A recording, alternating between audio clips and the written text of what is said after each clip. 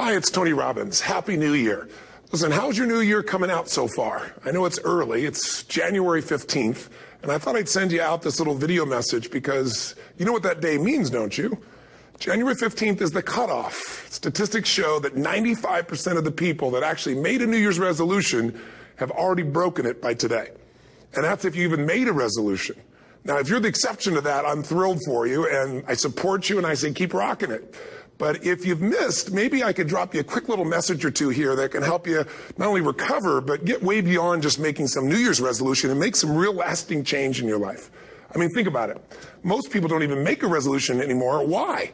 Because they've made them from years and years and years, and they know they're not going to follow through. So after a while, who wants to disappoint yourself? Who wants to be upset with yourself? Why even bother to set a new standard for this year? You know it's going to be the same as last year. If you're the kind of person watching this right now and you've actually opened this email and you haven't shut me off already, then obviously that's not you. So the question is, what is it that makes us even want to make a resolution? I mean, it's an interesting question. Why is it at the beginning of a year we have this tradition? But it goes beyond tradition. It's something inside of us that makes us want to make things better. And I think part of it is the calendar gives us this idea that we can have a fresh start, that we can start from fresh and have this great victory. And it's really, the calendar itself is quite arbitrary. It's wonderful to use it, but if you didn't use it effectively, let's use the calendar to serve you today. Let's just see, what does it really take to make this thing happen? Because there's no denying that inside of you, the only thing that's going to make you happy in the year ahead and the decades ahead is going to be having you have an experience where on a regular basis, you feel like your life is making progress. If there's one thing I teach, and I want to remind you of it, it's really simple. Getting things is not going to make you happy. That's good news in a tough economy. It's a good reminder. It doesn't matter what you get. Doesn't matter whether it be money or opportunity. All those things might excite you for the moment.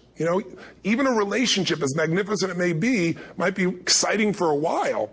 But if you don't keep growing, that relationship isn't going to stay exciting. So the secret to real happiness is progress. Progress equals happiness. And if we can make progress on a regular basis, we feel alive. And that's why at the beginning of the year, we get this thing like, okay, I can have this fresh start. I could really do what my soul desires. I could expand. I could grow. I could improve. I could change. Or maybe better than change, I could progress. See, think about that. Progress is an aliveness to it, doesn't it? You don't have to work at changing. People say all the time now, well, I'm working on changing. Don't worry about it. You don't have to work on changing. Change is automatic. Your body's going to change whether you want it or not as the years go by. And no matter how hard you work, there's going to be some changes going on there. The economy is going to change no matter what you want it to do. The weather is going to change. Relationships are going to change. Everything in life is always changing. We don't have to work on change. Change is automatic, but progress is not. So if you want to make real progress, then you really got to look at your life in a different way. You got to say, I got to take control of this process and not just hope it's going to work out like people do who make a resolution. Because really, isn't that what they're really doing at the beginning of the year? They're saying, well, here's my resolutions for the year, and they really basically tell you their wishes. It's their wish list. It's what they hope it all comes together. And then they call it a resolution, but they don't know what a resolution is. When you resolve something, to have a resolution is to resolve it. When you've resolved, this is how it's going to be. That's when you cut off any possibility except the thing you've committed to. It's like the old adage, if you want to take the island, you burn the boats. Because when you burn those boats, there's no going back. You're going to find a way to make things work. And most people, they're stating what they hope will come together. And if it doesn't happen, then they're disappointed, but they're not too disappointed because they're not too vested. What does it take to successfully create a lasting change in your life? To not only have a New Year's resolution you follow through on, but really have a lasting change? Well, the first step for lasting change is very much like making a New Year's resolution. Fundamentally, it's the same. The first step is you got to have a vision for what it is you really, truly want. Not what you think you want or what you should have. I mean, what are most people's New Year's resolutions? I'm going to stop eating sugar. I'm going to stop smoking. I'm going to lose 10 pounds. The problem with that is it's not very inspiring for most people. It's not telling you what you're going to get. It's only what you're not going to do. And it's kind of hard to have you move forward with that. A vision is about what you're here to create. A vision that really works is one that excites you. If you say, well, my resolution, my goal, my outcome for this month, this week, this year is to lose X number of pounds, that's okay, but it's not very compelling. It has to be a compelling vision. It's got to have something that has the power to pull you, not something you have to push yourself to do. Those are two different kinds of motivation. Push requires willpower, and willpower never lasts. What will last is pull. Having something so exciting, so attractive, something you desire so much that you have a hard time going to sleep at night and you get so up early in the morning to rock it and take it to the next level. That's what you're looking to create. And that isn't easy to get. But one of the reasons we do seminars and events, and we say, why do that? Why not just read a book or something? Is because when you get in an environment where you're with people that are being put in a peak state, like when you're going to a sporting event, if you watch a sporting event at home, it might have a certain level of excitement. But when you're in a stadium with 50,000 people, suddenly it has a whole different level of intensity. And we feel that. And the bottom line of our follow-through comes down to our emotional intensity. In a different state of mind, you're going to come up with a much better and a more exciting vision than if you're sitting on the couch going, okay, what are my new resolutions for this year? And you're doing it the morning after the new year has started and you're a little inebriated and the football game's on in the background. Probably not going to have the power of focus there. Probably not going to have the power of the energy to create something that's going to pull you for this year. And you got to do that. So it's got to be a vision that's compelling. Something that it's going to be a gift to make sure that it happens. And also, along with that compelling vision, you got to have strong enough reasons that you're going to follow through when the going gets tough. That's one of the biggest things missing for most people. They say, this is what I want to do. It's not very exciting. It's not very compelling. But most importantly, they don't have strong enough reasons to push themselves through what's going to be necessary to get that dream, to get that goal when the inevitable challenges come up. When you're starving, hungry, and you're trying to go on a diet, right? When you got no time and you're stressed out and you haven't worked out still, and that's what you're supposed to do. When the economy gets tight and what you thought you're going to do doesn't work, and so you give up on the goal instead of finding another way to get there. You don't let the fear take you over if you've got strong enough reasons. Those reasons can be positive, or those reasons can also be negative. They can be, if I don't do this, this is going to cost me. And if I do this, this is what I'm going to gain in my life. Reasons come first, answers come second.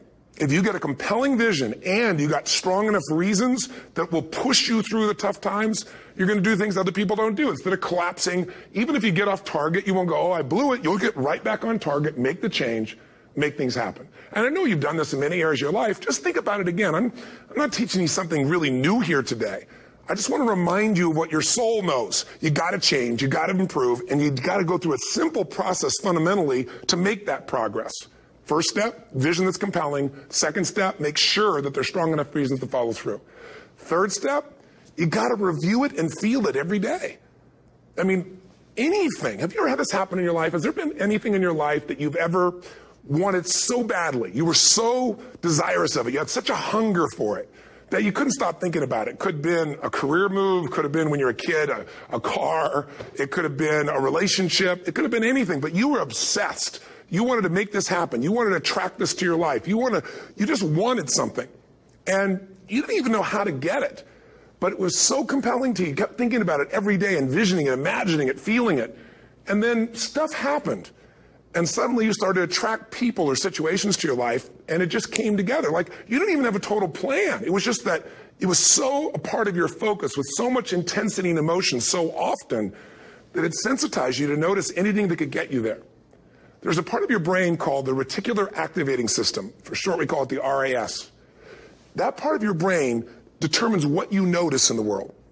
And it's really important because when you set a goal, when you get really clear on a vision and there's strong enough reasons and you review it enough and it becomes a part of you, that part of your brain says, anything that relates to this, I need to notice. It's like, did you ever buy a certain kind of car or maybe a certain outfit and suddenly you see that car everywhere or those outfits everywhere? Well, you know, the cars were always around, but why do you see it now? Because your RAS knows this is important. This is part of my world now.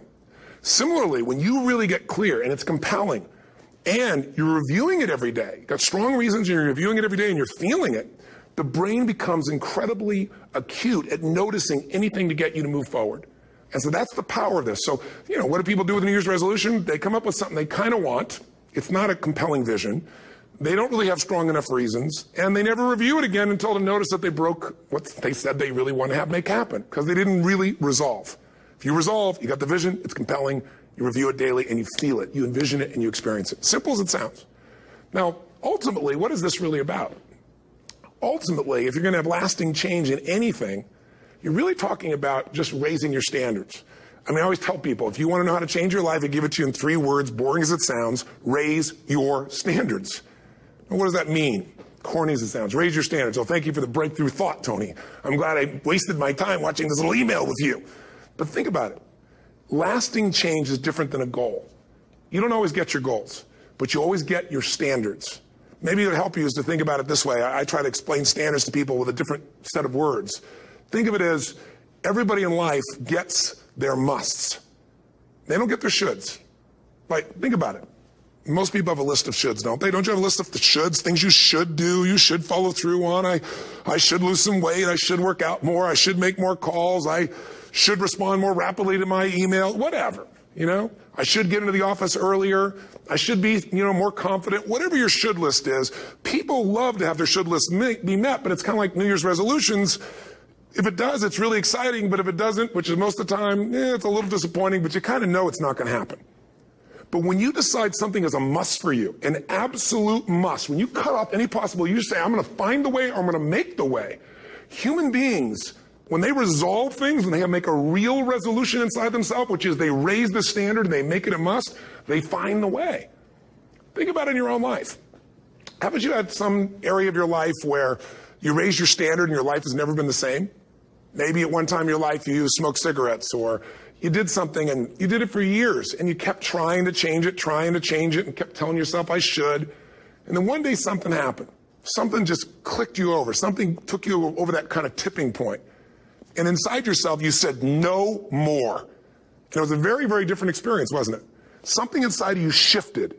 And what was a should became a must, and you've never gone back.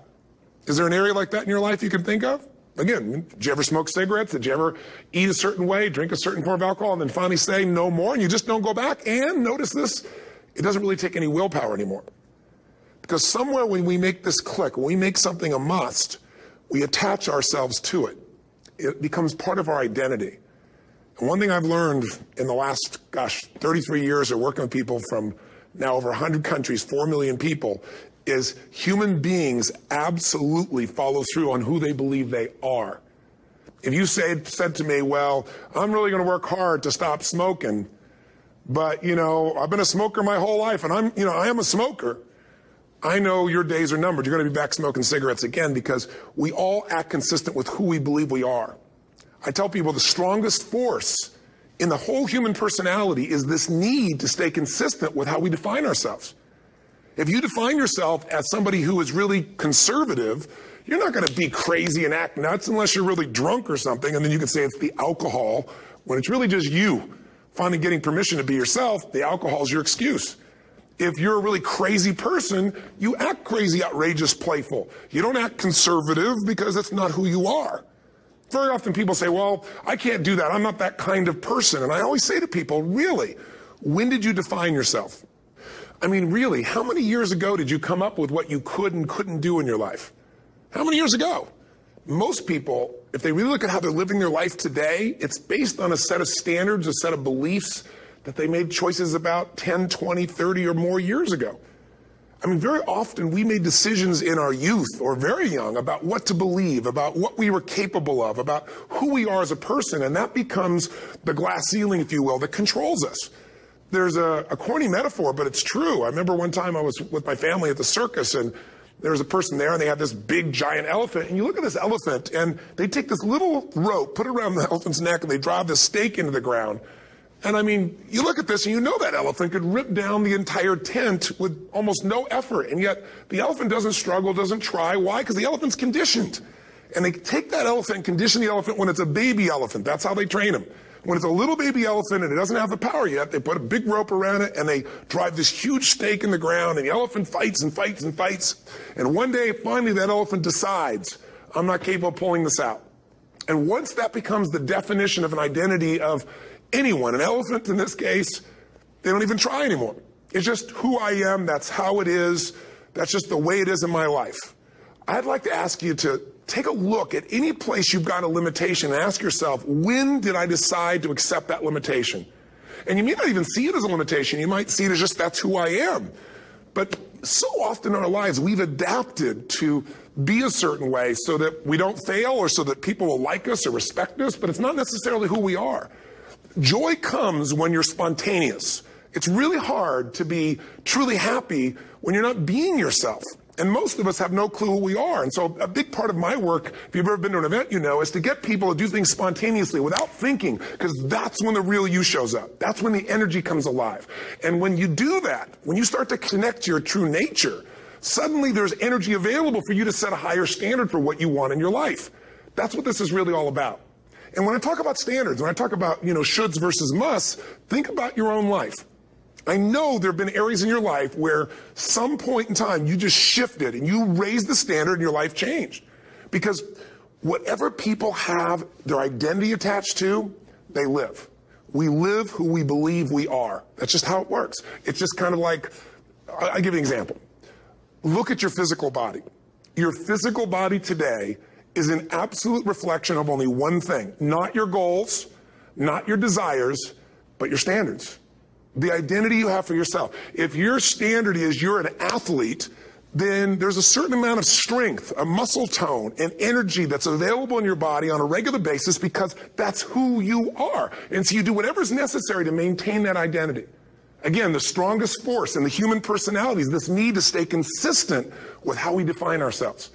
Because if you don't know who you are, you wouldn't know how to act. Once you lock in on that identity, your brain finds a way to keep you there. If you say, you know, man, I'm overweight, I've always been overweight, I'm big boned, and that's the story you've got, then you're going to always find a way to get back there. That's your settling point. That's your identity. That's where things lock in. If you see somebody who's in really great shape, you ask them, do you work out? You know the answer. Yes. How often? And they'll tell you 3 times, 4 times, 5 times a week, whatever. In a seminar, I'll ask people, who here works out at least 5 days a week? And I'm stand up. And you look around that room, and you know that they work out 5 times a week because you can see their body. You don't just get a result without some kind of action, without some form of ritual. Ritual meaning actions you do consistently. Now, do you think those people that are out there working out 5 days a week, do they have more time than you do? Or I have, or anybody else? Of course not. Is their life less busy? Of course not. It's just a must for them. They must work out that way, and they've made that turn and their life changed. So I'm not saying you have to work out 5 days a week. I'm just saying whatever you really want, wants don't get met consistently. Standards do. Whatever you identify, this is who I am. And so it's not so much about changing your identity as there's expanding it. You know, deciding that, you know, instead of your goal is to lose 10 pounds, which is not compelling, what if your vision was to get back to my fighting weight? You know, this year, this month, this next 90 days, I'm going to transform my body. I'm going to take on a new challenge. I'm going to find some technique or strategy. There's a million of them that can reframe myself where I want to feel younger, stronger, more vibrant than ever before. Here's my reasons. Because I want the energy to really make my life work. Because it's tough out there, and I want to be stronger than I've ever been before. I want to go in front of the mirror, and if I'm naked, not, you know, want to laugh. I want to look there and take a good look and go, yeah, I'm proud of whatever I see there.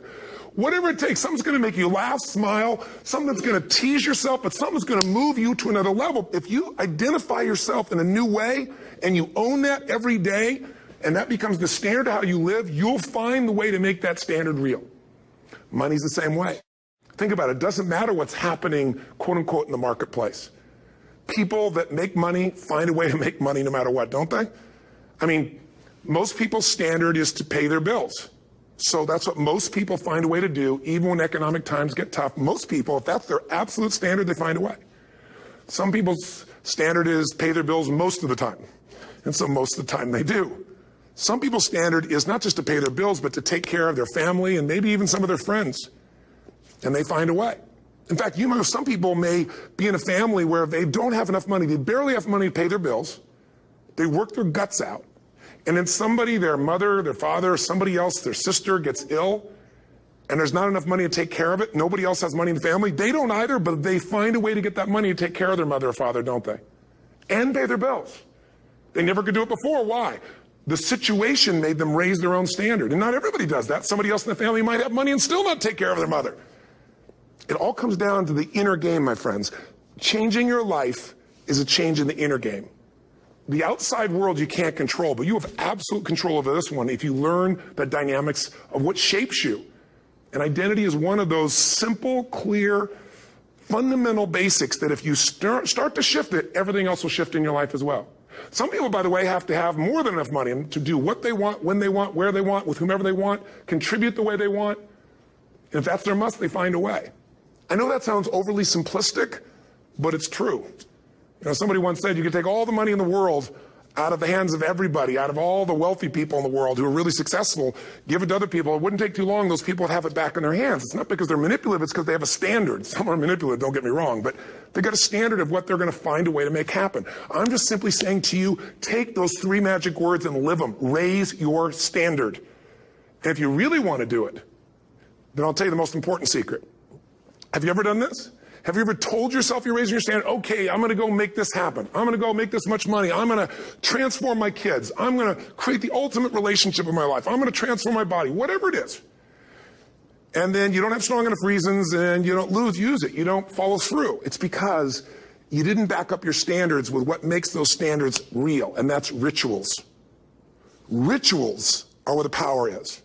Whenever we do our Robbins results coaching, and we say Robbins equals results, the way we get results with people, it's the same way if you listen to my Ultimate Edge program, or back in the old days, Personal Power, or if you went to one of my seminars. You know what I do is I take these huge challenges you got and we break them down into little bite-sized steps.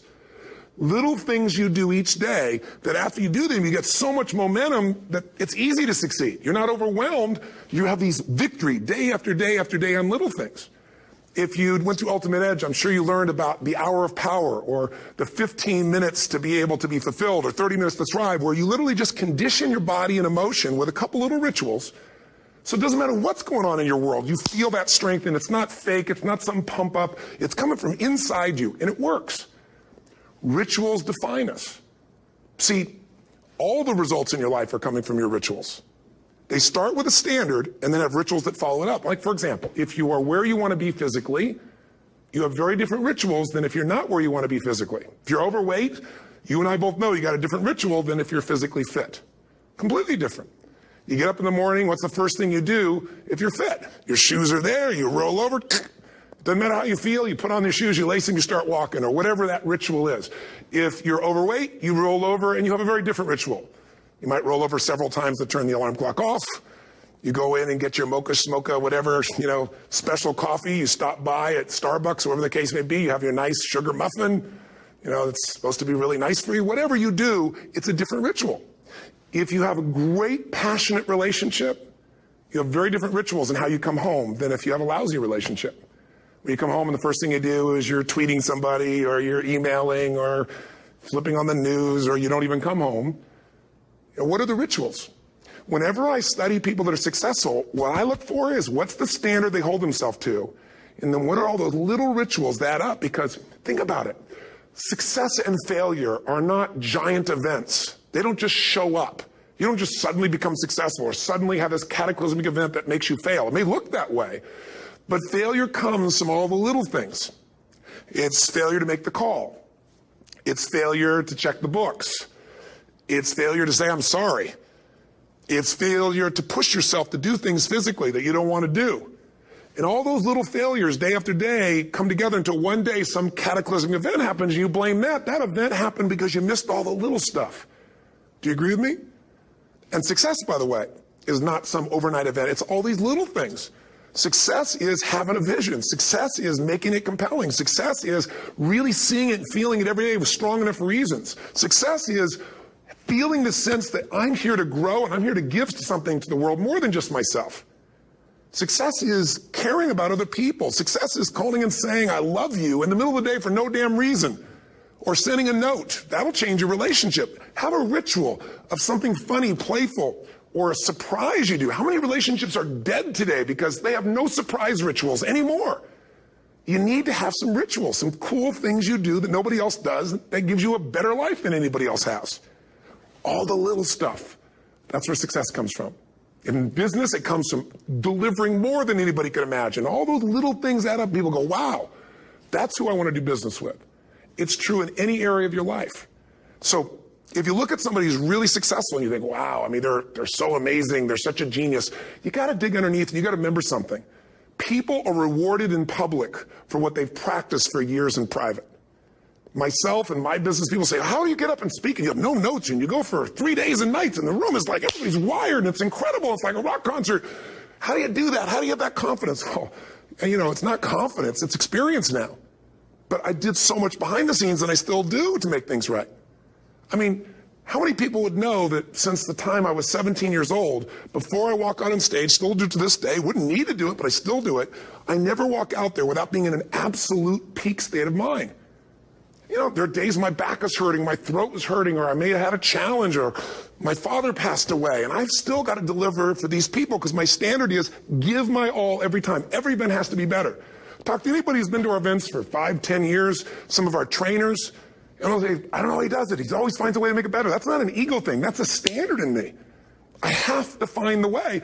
And my ritual, though, is I prepare, I think, I gather new information, I figure out how to put something across better. What do people need? I spend time with our customers. I see what's going on. And before I get on stage each time, I have this little ritual to put myself in a state of mind. And I did it starting like 17 years old. I started doing it. I say, I now command my subconscious mind. And I say this out loud several times, this little phrase, set of phrases, as an incantation to kind of condition my mind and body. And I'd say, I now command my subconscious mind to direct me in helping as many people as possible today by giving me the strength and the emotion and the humor and the brevity, whatever it takes to show this person and help this person change their life now. And I started that with a person when I worked with people one-on-one, and I would do that for 45 minutes driving in my Volkswagen to go serve and coach somebody for the first time. Now I don't say that person, I say these people, and I can go out in a room of 10,000 people and deliver for 50 hours, and I do it every time I come back on stage. It's a ritual to go into peak state. Peak states don't just show up, they don't interrupt you. Great ideas don't interrupt you, you gotta pursue them.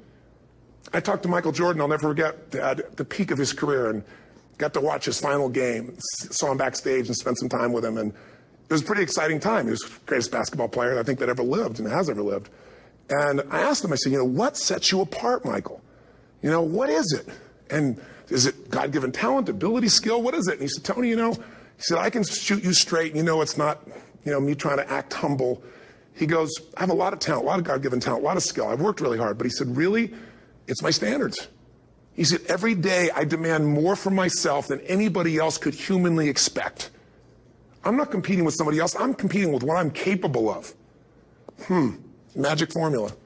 Because most of us lower our standards. Why? Because who you spend time with, my friends, is who you become. One of the biggest reasons I started going to seminars when I was like 17 is I had nobody around me as a great role model. I could read about somebody, but being around people, being in that environment was very different. Finding a way to go to work with someone who lived that standard of life was very different. You get around people with low standards and you compete with it. You don't need to compete with it. It's like, okay. Remember Jerry Springer? I don't know if he's still in the air, but I remember he used to get people on the show, and I thought, where would he find these people? And why would people watch? I'll tell you why they watch. They watch these people and go, my life's still pretty darn good compared to that person. Look at them. You don't have to change your life. All you have to do is find somebody with a lower standard, and you'll feel good about yourself.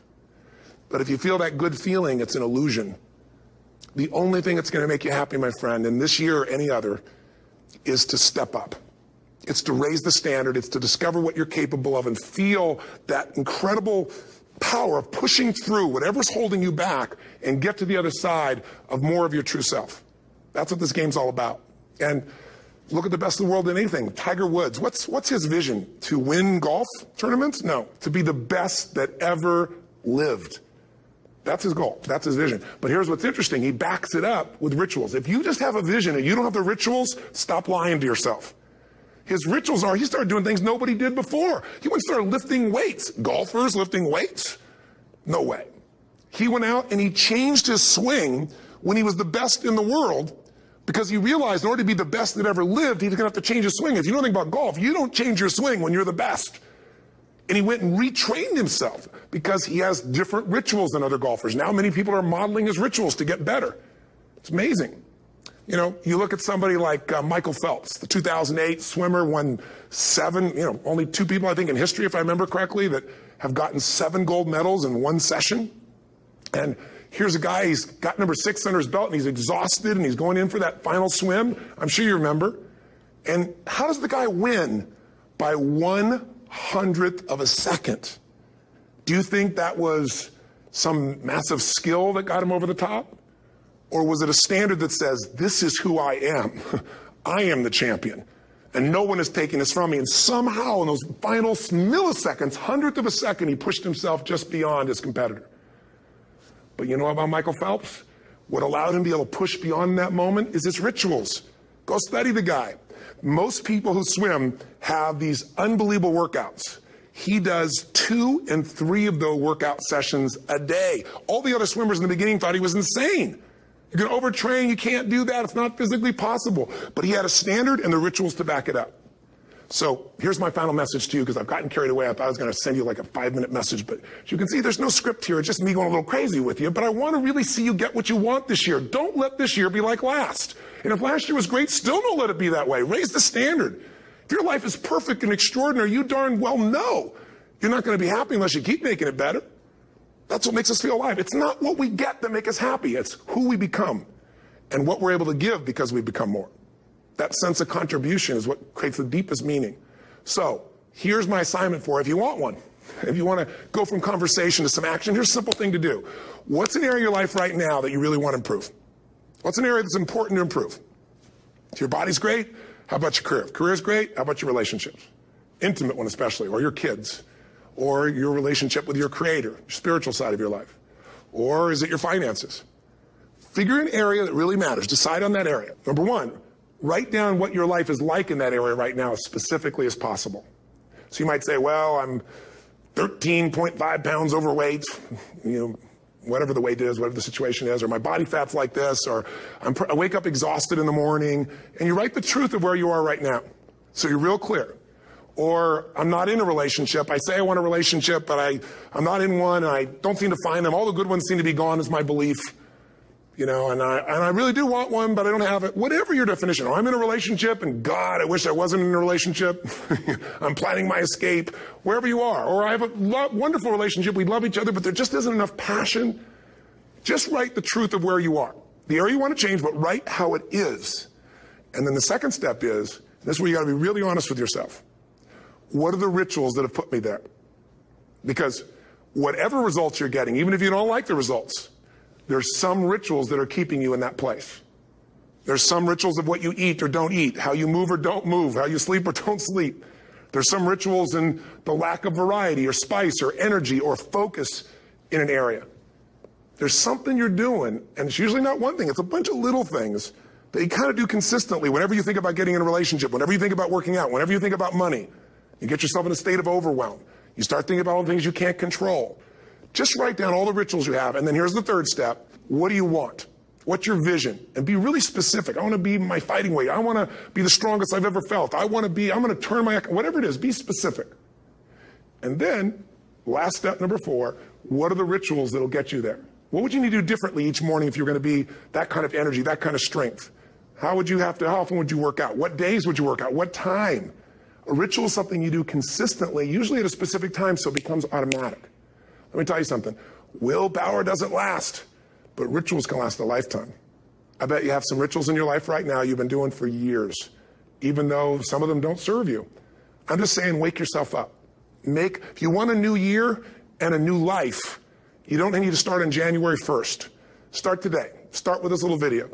And just begin to see what happens and see how easy it is to just do a few little rituals. Don't do them all, just do 2 or 3 new things. And you know what happens? You'll get momentum. Because once you discipline yourself in one area of your life, you feel yourself doing it in other areas as well. And I always say something that my original teacher taught me. I always remind people, there's always 2 pains in life. There's the pain of discipline, or there's the pain of regret. And discipline weighs ounces, as my friend Jim Rohn taught me. Regret weighs tons. You don't have regret. So right now, what do you want to change? What's it really like? What are the rituals that got you there? That'll take a little homework. If you're not sure, ask the people around you. They'll tell you what your rituals are. What do I really want in depth? What are the rituals that'll get me there? And then get yourself to start a few of those actions and lock them in place. If I can help you in any way, we're here as a company to support you. Come have an event with us. Come to Unleash the Power Within or Mastery University, or get a coach. You can get a free coaching session if you call our company and click on something on this. We'll probably have something on it, or get a product. Or don't do anything with us, but do something with somebody, starting with you. If you make the changes in yourself, you're going to be proud this year. And no amount of money or accolades from other people can mirror the feeling of being proud of knowing you've taken back control of your life, or you've taken a great life to another level. Because once you do that, you have something you can give other people, whether it be your kids or your friends or your family. And ultimately, that's what life's about. So thanks for listening. I don't know how long I went here, but I hope this has been helpful for you. I just thought it's a new year, and I want people to be able to truly create a new life. And until I see you again, hopefully soon, or get the chance to meet you, live strong and live with passion. And of course, God bless to you. Happy New Year.